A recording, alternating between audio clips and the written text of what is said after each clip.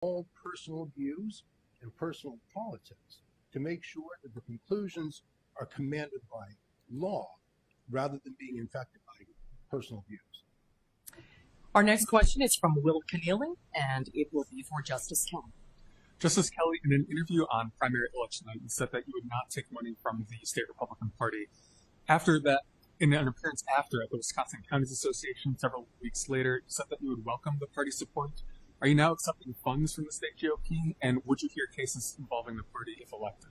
So I'm welcoming anyone's support. I'm not accepting funds from the state GOP. And I think one of the reasons for that is because it gives the appearance that that justice is bought and paid for by the political party. And I reject that. Now, I understand my opponent has been accepting millions of dollars from the Democratic Party in Wisconsin. And I think that presents a major problem going forward. If she were to be elected to the Supreme Court, she would forever afterwards be known as being bought and paid for by the Democratic Party in Wisconsin. And that's why, although I invite support from everyone, I won't accept funds in those kinds of quantities from the Republican Party in Wisconsin. Just briefly with 15 seconds, do you mind how defining support that you're receiving? Sure. If they want to go out and have conversations with the people of Wisconsin, encourage them to come out and vote.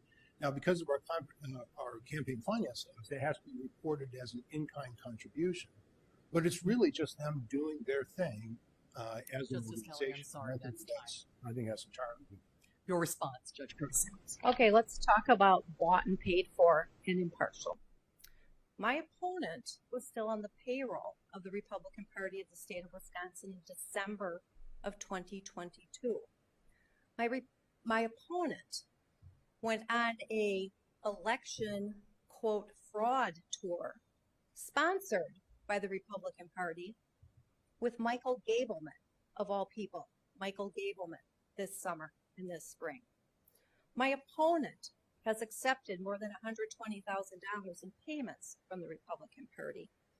And the topper, the real topper. That's time.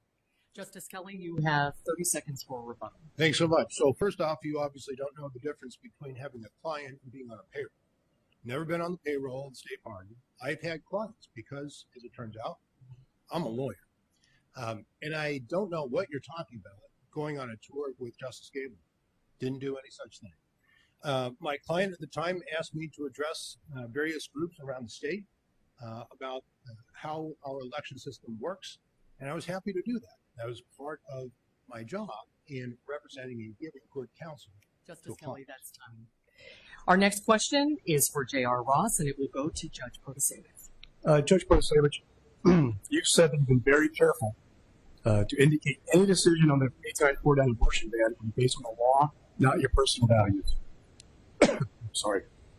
Still, Planned Parenthood and Emily's List have endorsed you in this race, and they clearly expect, if elected, you would vote to overturn the law. Why would they be spending so much money on your behalf unless they expect you to strike down that ban if elected? First of all, I would say this. I have been very clear about my values to the electorate because I think the electorate deserves to know what a person's values are rather than hiding them. I think the electorate deserves to know. I've also been very clear that any decision that I render will be made based solely on the law and the Constitution. I have told everyone I am making no promises to you. No promises. Emily's List has endorsed me. Planned Parenthood has endorsed me. I'm not aware of any campaign contribution from either of those entities. But I can tell you that if my opponent is elected, I can tell you with 100% certainty that 1849 abortion ban will stay on the books. I can tell you that. Take a look at Wisconsin Right to Life's website. There's a picture of him as their endorsed candidate with the language that he has pledged to uphold their values. Justice Kelly, your response. Yeah, that's absolutely not true. Once again, so this seems to be a pattern for you, Janet, just telling lies about me. So you don't know what I'm thinking about that abortion ban. You have no idea. These things you do not know. What I know is this. The endorsements that I receive are entirely because of conversations that I have with individuals and organizations in which they ask me, what kind of a justice will you be? And I explain to them at length the role of a jurist instead of talking about politics, which is all Justice you Kelly, that's do. time. Judge Protasewicz, 30-second rebuttal. I would say anybody pull out your phone when you're done and look at the Wisconsin Right to Life's website. You will see his picture. You will see that they indicate that they endorse candidates who pledge to uphold their values. It's right there in writing. Thank you. Our next question is from Emily Fannin, and it will be for Justice Kelly. Staying on the topic of abortion, Justice Kelly, you have been endorsed by Pro-Life Wisconsin and Wisconsin Right to Life. Both have prerequisites and to earn their endorsements, including a pledge to champion pro-life values. You have accused Judge Protasewicz of indicating how she would rule on the state's 1849 criminal abortion ban by talking about her values. Haven't you telegraphed how you'd rule by making commitments required to land these endorsements of these two anti-abortion groups? Absolutely not. So there's a misrepresentation by my opponent about what it takes to get those endorsements. So I had no conversations with those organizations about how I would rule on any issue, including the abortion issue. So their statement about endorsements being dependent on a pledge, that's for legislative endorsements. I'm not a legislator because I don't talk about my politics. I understand what a court is supposed to do, and that's resolving legal questions. So those endorsements had nothing to do with the pledges that are required of those who run for political office. The conversations we had were this: will you pledge to follow the law? Will you uphold the Constitution? Will you do the job of a justice in simply using existing law to decide the cases that come before the court? And that's the same pledge I make to everyone, regardless of the issue involved that might come before the court. And so they can be confident, just like everyone else in the state, the decisions will be based on the law and not That's time. Judge Protasewicz, your response. Well, my response is pretty clear. This is a big room of people. You can be the jurors. You can decide. I've told you what the website says. You've heard what he has to say. I've been also very clear about what my views are, what my personal opinion is in regard to a woman's right to choose. My personal opinion is that should be the woman's right to make the reproductive health decision, period. Justice Kelly, would you like to respond? No, that's good. Okay, our next question is from Will Keneally, and it will go first to Judge Protasewicz. So, Judge Protasewicz, your sentences in several criminal cases have been featured in a string of TV ads in this race. In the interviews, when questioned about those sentences, you said hindsight is 20/20, and that you worked with the facts available at the time in reaching those decisions. Using as an example the case where you gave no prison time to a woman who starved her child, can you explain your thought process in making those sentencing decisions? I will tell you that those commercials are unfair. My entire life has been rooted in protecting our community, and my sentences as well. I haven't sentenced hundreds, but I have sentenced thousands of people. And it's interesting that a handful of cases have been cherry-picked and selected and twisted, and insufficient facts have been provided to the electorate. I have one case where somebody reoffended. That is the case where I indicated hindsight is 20/20. I have spent my entire career protecting this community as both an assistant district attorney and as a judge. And I can tell you, I would not have been in homicide and sexual assault court for 3 years if the parties, the people, the community, and the rest of my colleagues thought I wasn't handing down sufficient sentences to take care of our community. So just with 15 seconds here, can you explain your thought process in making those sentences? Every single case, you look at the serious nature of the crime, the need to protect the public, and the character of the defendant. That is what case law tells you to look at. That is what I evaluate in each and every case. Justice Kelly, your response. There's a case in a man raped a 15-year-old. Came to you for sentencing. You said no prison time at all because COVID. There's no way that COVID provides a get out of jail free card for a man who raped a woman. Another man sexually assaulted a 13-year-old child, videoed himself doing it, posted it to Facebook where it will live forever. Came to you for sentencing. You said no prison time. That's time. Time is up. Judge Protasewicz, would you like rebuttal time? I can tell you that sentences take hours, sometimes half a day, sometimes a day. There is no way I would have said in any case, you're not going to prison, COVID. That's an outright lie. I can tell you each and every case where I have sentenced someone I have evaluated all of the pertinent factors very, very carefully.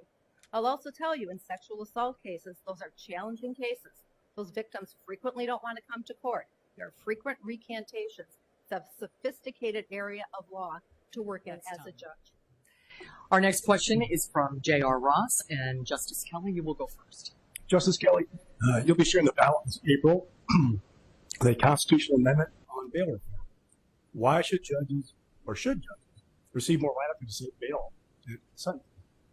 Well, I think it's important that the judicial system have the broadest array of tools to keep communities safe as they go about doing their business. So currently, the Constitution prohibits judges from considering the defendant's criminal record, their danger to society. The constitutional amendment will take away those prohibitions and will allow judges to take those factors into account in setting cash bail. And I think that's I think it's a good and useful change, because what we're trying to do in the criminal justice system is get through the work as quickly and as efficiently as possible, but also in a way that will protect our communities as we do it. So having that ability to consider those aspects of the criminal defendants appearing before them, I think is critical. Judge Protase, what's your response? Yeah, I agree with that. I absolutely agree with that constitutional amendment. You know, as a judge in those courts, it's very challenging to set bail based solely on the question of whether or not the defendant is going to return to court. Absolutely, other factors should be able to be considered. I actually would go a step further, quite frankly, if I were drafting that, a step further, and allow, in certain cases, for extremely dangerous offenders to be held in custody without even being able to post bail. So I agree with it, but I'd go a step further. Our next question is from Emily Fannin, and Judge Protase, you'll go first. We're going to move on to redistricting. Judge Protase, you pledged to recuse yourself from any case involving the state Democratic Party after it transferred $2.5 million to your campaign. You said the public deserves the appearance of fairness, even if you could be impartial. Still, you said you would sit on a challenge to the current legislative maps drawn by Republicans, even though you called them, quote, rigged. If a challenge is filed, Republican lawmakers would be sure to argue those maps meet requirements under state and federal law. How could they expect to get a fair hearing from you and the appearance of fairness to the public, considering your criticism of their maps? Well, I think the map issue is really kind of easy, actually. I don't think anybody thinks those maps are fair. Anybody. In 2011, Duke University said that the Wisconsin maps are really the playbook for the worst gerrymandered maps in the country. And now they're even worse.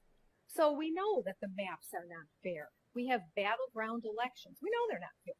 But the question is, am I able to fairly make a decision on a case? Of course I am.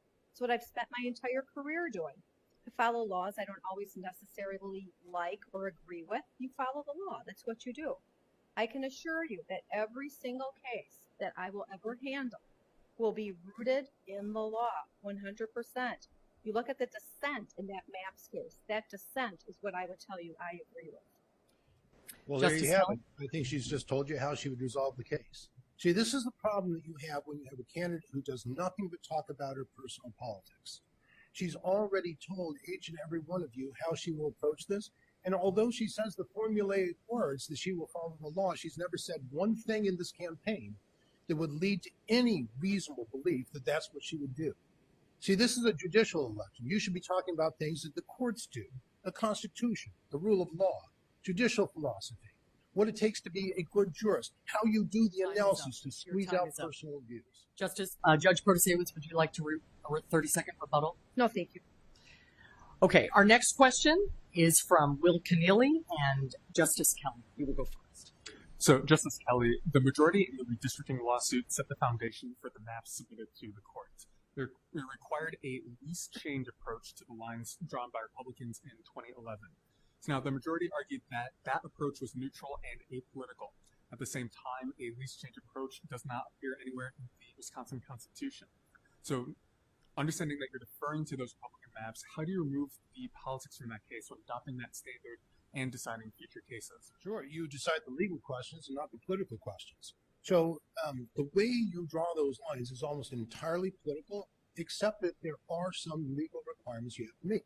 So if you take a look at, for example, Article 4, Section 4 of our Wisconsin Constitution, it tells us that we have to have equal population. That's a legal standard. It has to be reasonably compact districts. That's a legal standard. Contiguous territory, you have to comply with the Voting Rights Act. These are all legal standards, and because those are legal standards, the court can address those. So I understand the least change phraseology to express the idea that you address the legal questions that relate to the map, but leave the political questions to the legislature where they belong. Judge Protasewicz, your response. Well, my response is that that methodology is totally unfair. We are a battleground state. We have very, very close statewide elections. Yet you look at our state assembly, you look at our state senate, 2/3 of the seats are red. You look at Congress, we have 8 seats, 6 are red, 2 are blue, in a battleground state. So we know something's wrong. We know that this least change rule certainly inhibits people's ability to cast a vote and a vote that counts. We are a representative democracy. Just that, a representative democracy. Everybody's vote should count. And with this least change rule, everybody's vote is not counting. I think it's unfortunate that my opponent sanctions this, quite frankly. Unfortunate. All right, so this is the picture that you want to see. She just told you that she's going to steal the legislative authority and use that in the courts. Fairness of the maps is a political question.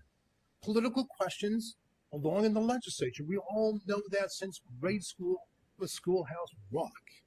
But she just told you she's going to take that authority that does not belong to her, that the people of Wisconsin did not give to the judiciary, and she's going to use that to usurp the role of the legislature. Justice Kelly, that is time. We're going to move on. The next question from J.R. Ross or Judge Protasewicz.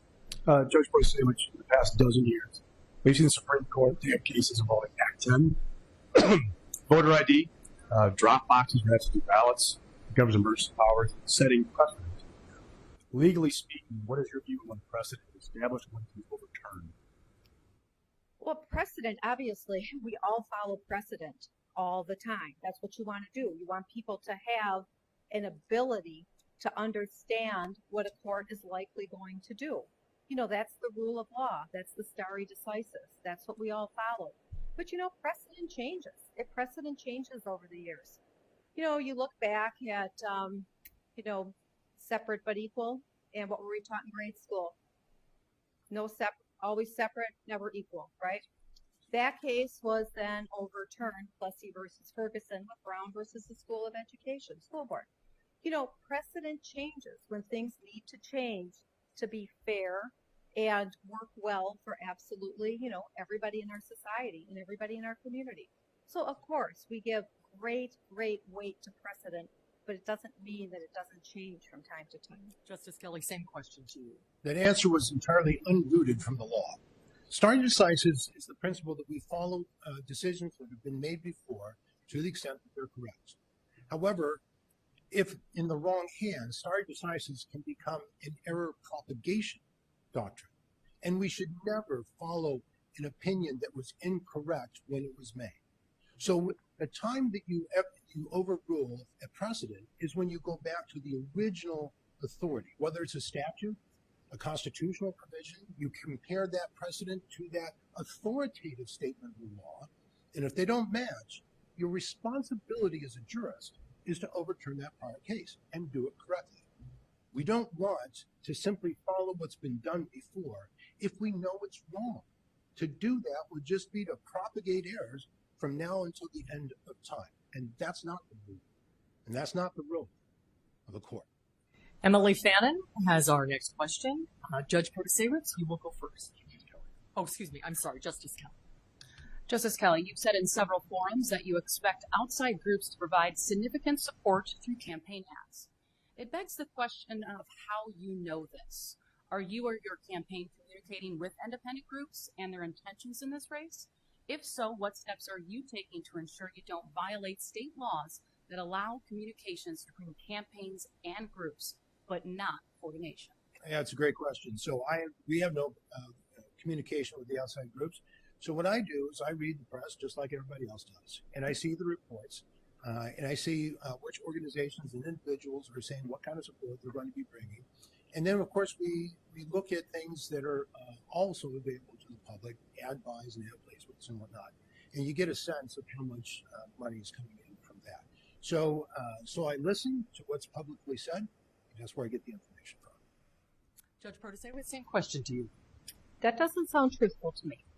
During the primary, Justice Kelly bragged that the money would be following him, that he needed to get through the primary, that the outside money, millions and millions, maybe up to $20 million, would be following him and not who considered his opponent in the primary, Judge Dorough. So I don't think that the answer that he just provided to this room, quite frankly, is truthful. And that's because you're not looking at the public record. So they've actually said that it's been reported in the newspaper. So now, again, this is you being quick to lie. This has been apparent in all of your ads against me. It's been apparent every time you speak about me. It's just full of deceit and dishonesty. And I call on you to do better. JR has the next question, and we will start with Judge Protasewicz. Oh, excuse me. It's Will. My apologies. Will. A question on TV advertisements to you, Judge Protasewicz.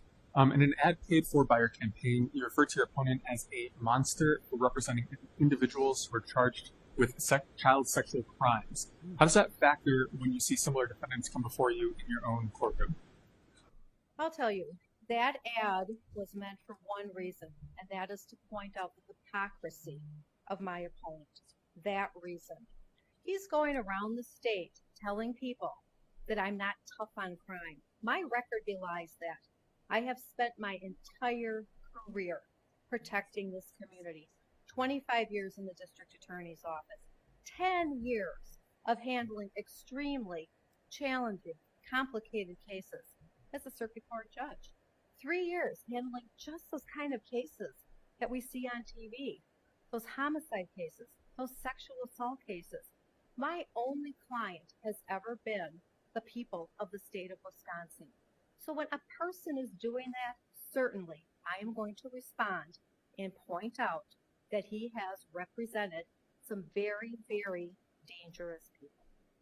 So thank you for your frankness. I appreciate that. So what you're telling all the state of Wisconsin is that when I tell people about what you've actually done, the sentences that are a matter of public record that they can look up, that your response to that is to lie about me, to slander me, and not only slander me, but slander all attorneys who handle criminal defense cases. What you're telling them, what you're telling all the people of Wisconsin is that you believe the criminal defense attorneys only take the cases because they like the crimes their clients are accused of committing. So your response to an accurate, fact-filled, truthful expose of your judgments, Janet, has been to lie and slander. And that's a pattern. Judge Protasewicz, you have a rebuttal if you want. Thank you. I've built my career on integrity and being truthful. That ad points out just what I was saying earlier. I have a strong respect for the criminal defense bar. My friend who traveled with me is a criminal defense attorney last weekend as I campaigned. My campaign treasurer is a criminal defense attorney. But don't go around slamming someone on community safety when you have defended people that most of the people in this community think should be incarcerated. JR has the next question for Justice Kelly. Justice Kelly, the three liberals in the court right now all endorse Janet Protasewicz. All four conservatives now in the court served with you, yet only Justice Rebecca Grelli has publicly endorsed your campaign. Why have they not really backed your bid to join the court if they're the people who arguably know best your qualifications to justice? So I'll get to that in just a moment. I just want to follow up with that. Again, that is a remarkable answer. I want everybody to hear it. I want you to bookmark this and listen to it over and over again. So when she says that the reason she did that ad is to point out hypocrisy, there's no hypocrisy there. I represented someone who was accused of a crime. I handled a couple of pretrial matters, and I left that firm and went to the one I spent the most of my career. But how is it hypocrisy, Janet, to point out your weak on crime sentences and then and have that pointed out by someone who understands and respects the role of the criminal defense attorney? But you don't respect that. Either that or you just don't care and you're willing to say anything to get what you want. Because that ad was slanderous of the entire criminal defense bar. It did not show respect. It showed profound disrespect. I'm sorry, what was your question? So, 15 seconds. Why the people know you best not endorsing you for this race? Yeah, so most of the individuals in the so-called constitutionalist bloc of the court generally don't do public endorsements, and I don't have any problem with that. I am thrilled to have the endorsement of That's Justice fine, Rebecca sir. Bradley, who's just a rock star. Judge Protase, same question to you, and we will give you an extra 15 seconds as well. Well, I'm delighted to have the endorsements of, Justice Rebecca Dallett, who's here, Justice Jill Karofsky's here, Justice Ann Walsh Bradley, who was not able to join us today, and so many other people, thousands of people across our entire state, community leaders, judges, attorneys, people across our entire state have banded together to endorse my candidacy. And the reason that they have done so is because they believe that I am fair, they believe I am impartial, and they believe I will uphold the law and apply it equally to everyone. That is time. Thank you. Our next question is from Emily Fannin, and we will begin with Judge Protase. Judge Protasiewicz, you applied for a judicial appointment twice while Scott Walker was governor. In your applications, you praised conservative jurists such as Pat Rogensack, Antonin Scalia, and Clarence Thomas for their writings advocating against expanding the rights of the accused. Do you truly align with their thinking in the cases you cited, or were you seeking to gain favor with a Republican governor who was making the appointment at that time? I absolutely agree with what I said in that application.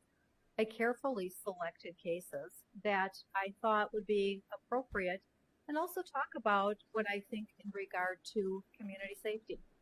Those are community safety cases. I agree with the justices that rendered those decisions. Again, I want to talk to you about community safety and how I have rooted my entire life in that. I want to respond to Dan Kelly's latest comment. I've told you I've sentenced not hundreds, but thousands of people. I know the Republican Party of the state of Wisconsin did an open records request for every case that I touched. And they found a handful that they thought they could use in commercials and use against me.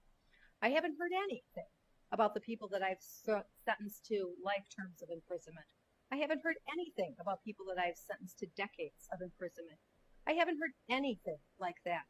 All I've heard is a sketch of a handful of cases that they thought they could use against me. Justice Kelly, same question.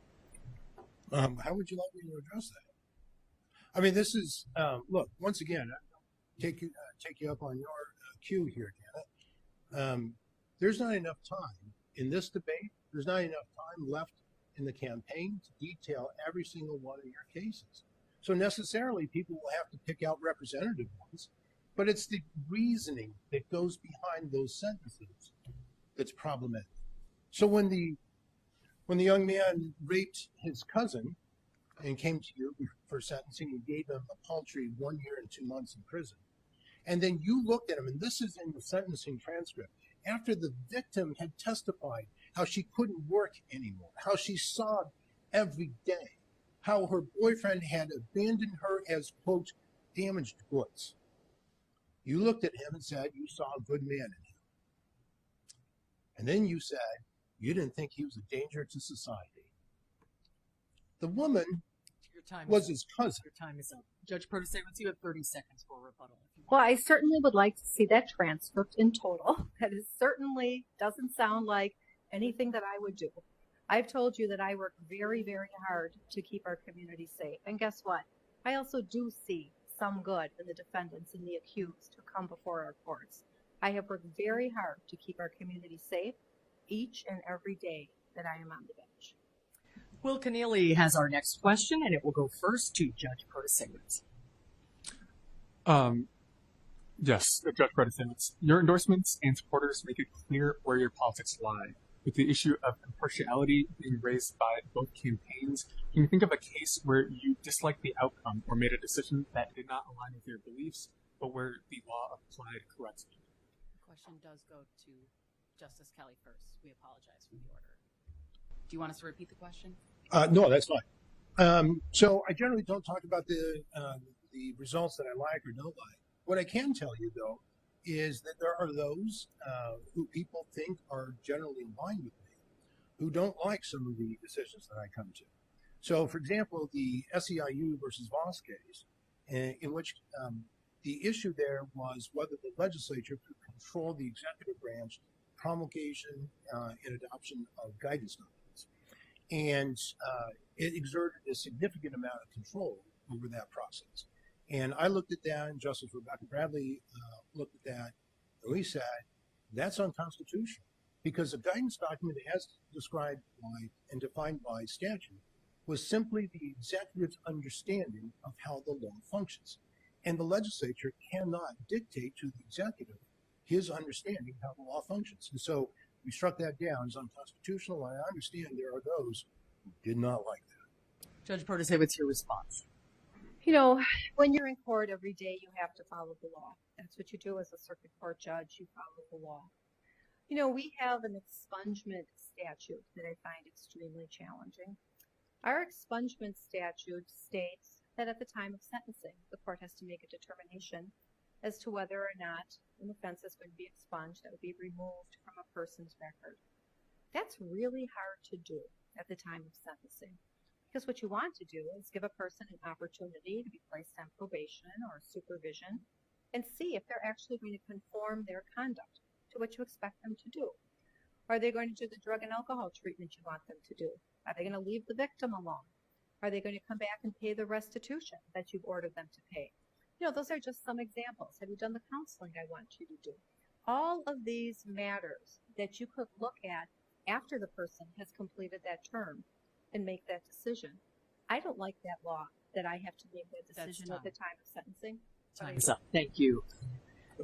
JR has the next question, and Judge Protase, you'll go first. Judge Prasevich, WisPolitics.com has tracked $33 million in spending so far in this race.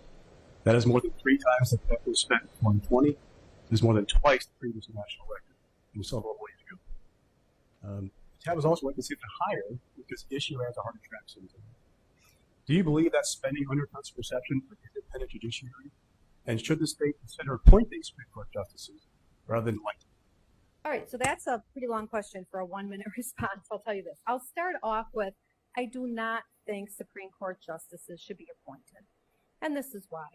I've been traveling this entire state for the past year, talking to people, talking to them about their concerns, talking to them about issues that they think are important. And I would not be able to understand them in the same way as I can after I've spoken with people. You know, I've talked with Native Americans on their reservations about how they feel about their land. I've talked with people who own small farms and tell me how they want to pass that farm, it's their only progeny, down generation to generation, but they can't do it if the forever chemicals are in the soil. So I think that, you know, it's a long, bruising process running for one of these seats. We're both doing this for almost a year. It's a long process.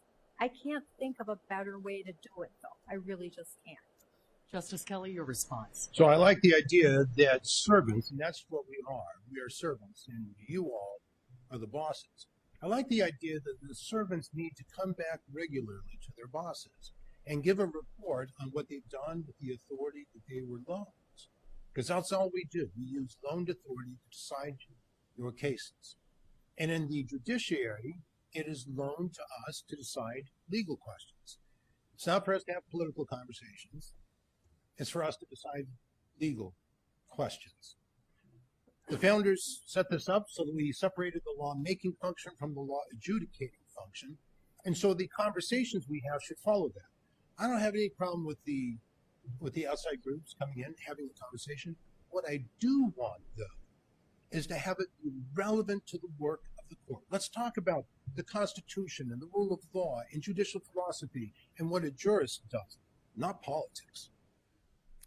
Emily Fannin has our next question, and Justice Kelly, you will go first. Justice Kelly, this race has become increasingly partisan, and we have seen justices or candidates for the court appear at political events, such as the state party conventions in recent years. If elected, would you avoid attending or speaking at political or partisan events to maintain the image of impartiality? Yes, of course. So during elections, what we do is we go to where people gather. And it turns out they gather quite frequently around political organizations and events. And so we follow where the people of Wisconsin go. And so the race has not become politicized on my part, at least, because literally all I do when people ask me about political issues and how I would decide specific issues that come before the court is to tell them that that's not our job. That's a job that belongs to the legislature, which is why I talk about constitutions and constitutional theory.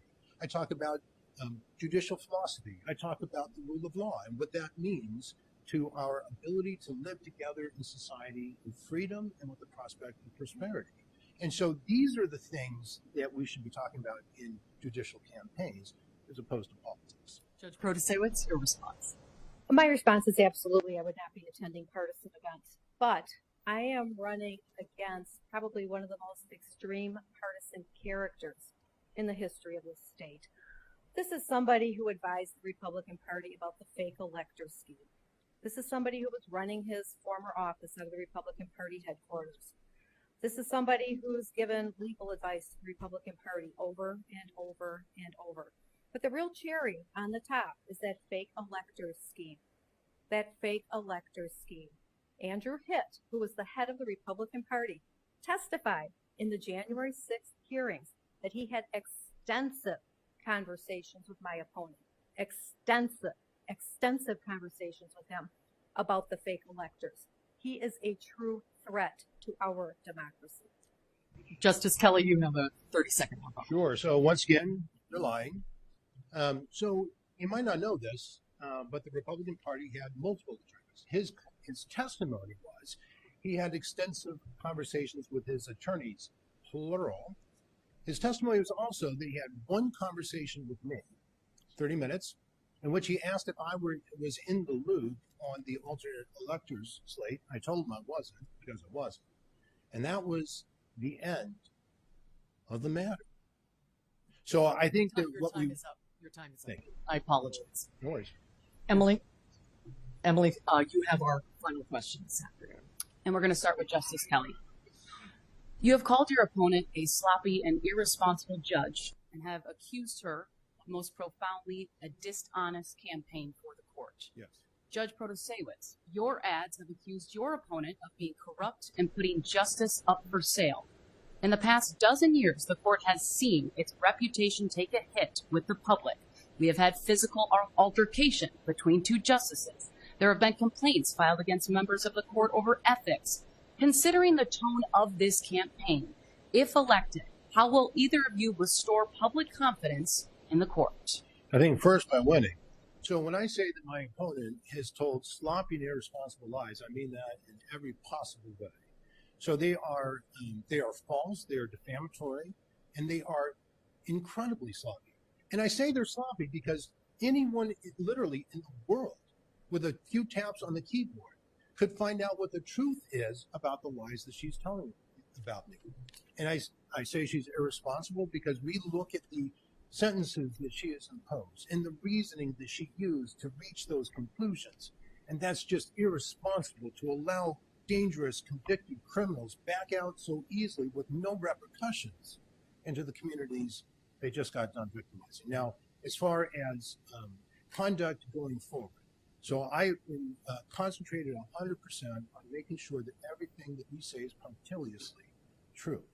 And I will continue doing that going forward. It might make my opponent uncomfortable to have the truth told about here, but I will not stop doing it. Your time is up. Judge Protasewicz? Well, I think there are a number of things that we can do to restore the integrity of our Wisconsin Supreme Court. First of all, the justices treating each other, with respect and dignity.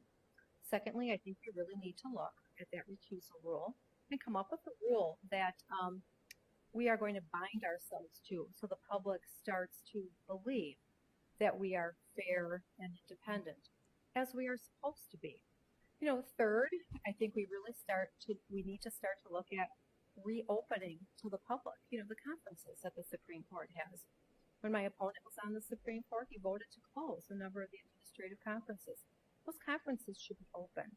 We need to be transparent. We need to be independent. And I think slowly but surely, the people in the state of Wisconsin will regain confidence in their Supreme Court. Justice Kelly, you have 30 seconds rebuttal. No? Okay, I'm sorry. We're too tight for time now. We're going to go now to closing statements. Each candidate will have 60 seconds to make a closing remark, and Judge Protasewicz will begin with you. Again, I wish to thank everybody. I'm sorry I was a little bit off the clock when we started. I haven't had the opportunity to thank my husband, Greg Sell, for being here with me. He has just been a stalwart during the time that I have been running this campaign for the last year. He's just been amazing. But I wish to thank all of you. I hope you'll take the time to fact check what we all said here today. I promise you I will be a fair, impartial justice on your Supreme Court. Thank you so much. Justice Kelly? I understand that all the authority that we exercise on the Supreme Court is on loan to us from you. You've loaned it through your Constitution. You've been extraordinarily clear about what we are to do on your behalf. You've told us that we have one job and one job only, and that is to decide your cases according to the existing law, without respect to what we think about that, whether it's wise or effective or not. You've reserved to yourselves the right to change the law in conversation with your legislature, which is why we must not talk about politics as we go about the work of the court. Confidence in the work of the court comes from a sure and certain knowledge that everything we do is concentrated on the law alone, without regard to personal views or personal politics. That has been my commitment as one of your Supreme Court justices. The record of my accomplishment in actually doing that job according to the law, without regard to personal politics, is all in the public record. Justice Kelly, thank you. With that, we want to thank both of our candidates, Justice Dan Kelly and Judge Janet Protasewicz, for being with us today. Thank you both. Thank you very much.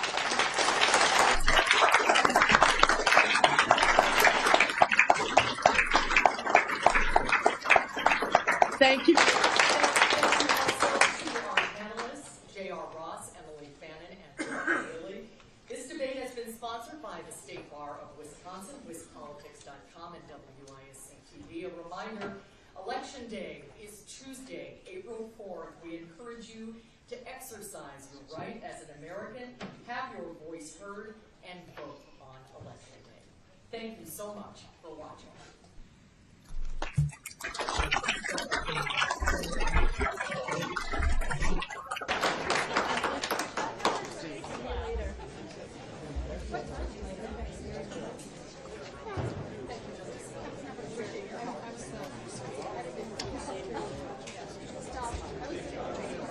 That I enjoyed actually.